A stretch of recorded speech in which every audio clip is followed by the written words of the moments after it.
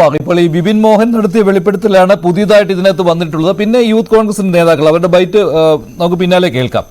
Shri N Sreekumar, ഇത് എന്താണ് ഈ കോൺഗ്രസിൽ സംഭവിച്ചുകൊണ്ടിരിക്കുന്നത്? ഇതിപ്പോൾ ഈ കൂടോത്രം കൊണ്ടുവച്ച ആൾ മാത്രമല്ലല്ലോ പ്രശ്നക്കാരൻ. ഇതിൽ ഈ കൂടോത്രത്തിൽ വിശ്വസിച്ച ആൾ എന്ന് പറയുന്നത് KPCC പ്രസിഡന്റാണ്. അതാണ് ഏറ്റവും വലിയ പ്രശ്നമായി മാറിയിരിക്കുന്നത്.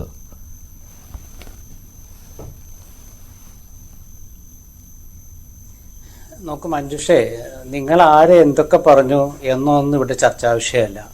ഈ കൂടോത്ര വിഷയം നമ്മൾ ചാനലുകൾ ചർച്ച ചെയ്യുന്നതല്ലാതെ KPCC ഇത് ഗൗരവത്തിൽ എടുത്തിട്ടില്ല, കോൺഗ്രസ് നേതാക്കൾ ഗൗരവത്തിൽ എടുത്തിട്ടില്ല, ആരും ഗൗരവത്തിൽ എടുത്തിട്ടില്ല.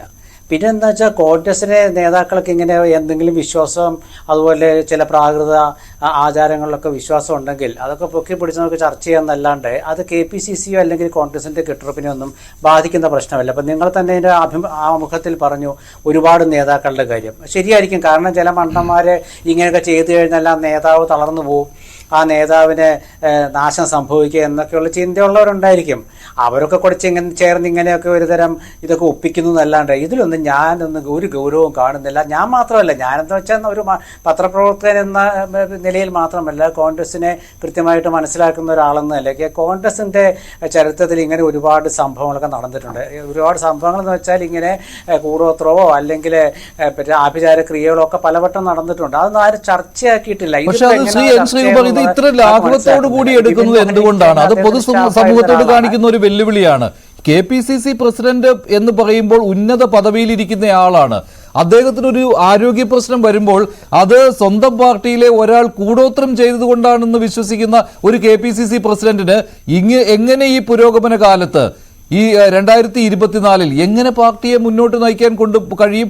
ഈ യുവാക്കളെ മുന്നോട്ട് കൊണ്ടുപോകാൻ കഴിയും? യുവ നേതാക്കൾ ഇന്ന് അതാണ് ചോദിക്കുന്നത്. ഇത് ഏത് യുഗത്തിലാണ് എന്നുള്ള കാര്യമാണ് യുവ നേതാക്കളും ചോദിക്കുന്നത്.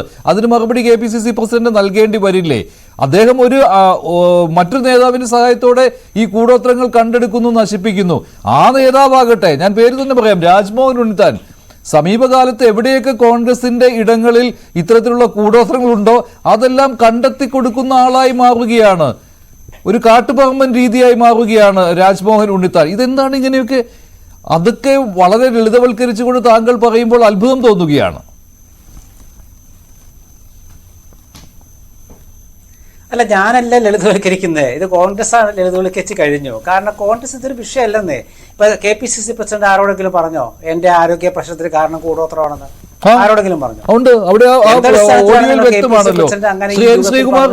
രാജ്മോഹൻ ഉണ്ണിത്താനും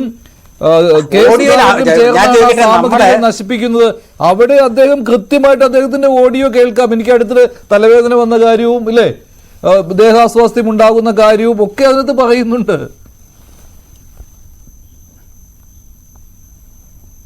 അല്ല മഞ്ജുഷ, അത് ശരിയായിരിക്കും. കാരണം ഒരു എന്തെങ്കിലും ഒരു കാര്യം നടക്കുമ്പോഴേ അവിടെയുള്ള നർമ്മ സംഭാഷണങ്ങളൊക്കെ നമ്മളത് ഗൗരവത്തിലുള്ള കാര്യമാണെന്ന് എടുത്തെങ്ങനെയിരിക്കും. ഈ കൂടോത്രം എന്ന് പറയുന്ന സാധനം കണ്ടെടുക്കുന്ന സമയത്ത് ഉണ്ണിത്താനും സുധാകരനൊക്കെ സംസാരിക്കുന്നത് നമ്മളൊക്കെ കേട്ടതാണ്. അവരിത് തലവേദന ഉണ്ടാക്കുന്ന സാധനമാണ്, ഇത് കാലിന് ക്ഷീണം ഉണ്ടാക്കുന്ന സാധനമാണ് എന്നൊക്കെ പറയുമ്പോൾ ഇപ്പം നമ്മളാണെങ്കിൽ തന്നെ നമ്മുടെ വീട്ടിൽ എന്തെങ്കിലും കുഴിച്ചിട്ട് കണ്ടെടുത്താൽ ഞാനിപ്പോഴും ജീവനോട് ഇരിപ്പുണ്ടല്ലോ എന്നൊക്കെ നമ്മളും പറയും. KPCC പ്രസിഡന്റ് പത്രസമ്മേളനം നടത്തിയിട്ട് പറഞ്ഞോ എനിക്കിങ്ങനെ പ്രശ്നം ഉണ്ടായെന്ന്? അതല്ലെങ്കിൽ ഏതെങ്കിലും പത്രലേഖകരുടെ ഒരു ഇൻഫോർമൽ ചാറ്റിൽ ഒരു അനൗപചാരിക സംഭാഷണത്തിൽ പറഞ്ഞോ എനിക്കിങ്ങനെ പ്രശ്നമുണ്ടെന്ന്? നമ്മൾ ഈ ചുമ്മാ കാടടിച്ച് വെടിവെച്ച് ചർച്ച ചെയ്തിട്ട് എന്താ കാര്യമുള്ളത്? ഇത് കോൺഗ്രസിന്റെ വിഷയമല്ല. അതുകൊണ്ടാണ് KPCC ഇതിലൊരു അഭിപ്രായവും പറയില്ല. കാരണം ഇതിനൊക്കെ അഭിപ്രായം പറയാത്ത സ്ഥിതി എന്താ? ഓരോരോ ഭീരുക്കൾ ഓരോരോ വിശ്വാസവും അന്ധവിശ്വാസവും എന്ന് വെച്ചാൽ ഞാൻ ഈ അന്ധവിശ്വാസം ഞാൻ പറയില്ല, ഞാൻ ഒരു പുതിയ രീതിയിലാണ് പറയാ. വിശ്വാസം കഠിനമാകുമ്പോൾ അന്ധമായ രീതിയിൽ വിശ്വസിക്കുക എന്നുള്ളതാണ്. ഇത് പ്രാകൃതം, തനി പ്രാകൃതം, നമുക്കൊന്നും ആലോചിക്കാൻ പോലും പറ്റാത്ത പ്രാകൃതം. അത് കോൺഗ്രസ്സുകാരും അങ്ങനെ വിശ്വസിക്കില്ല. ഏതെങ്കിലും കോൺഗ്രസ്സുകാരൻ ഇങ്ങനെ കൂടോത്രത്തിലൊക്കെ വിശ്വസിക്കുന്നുണ്ടെങ്കിൽ കഷ്ടകാലം എന്ന് മാത്രമേ പറയാനുള്ളൂ.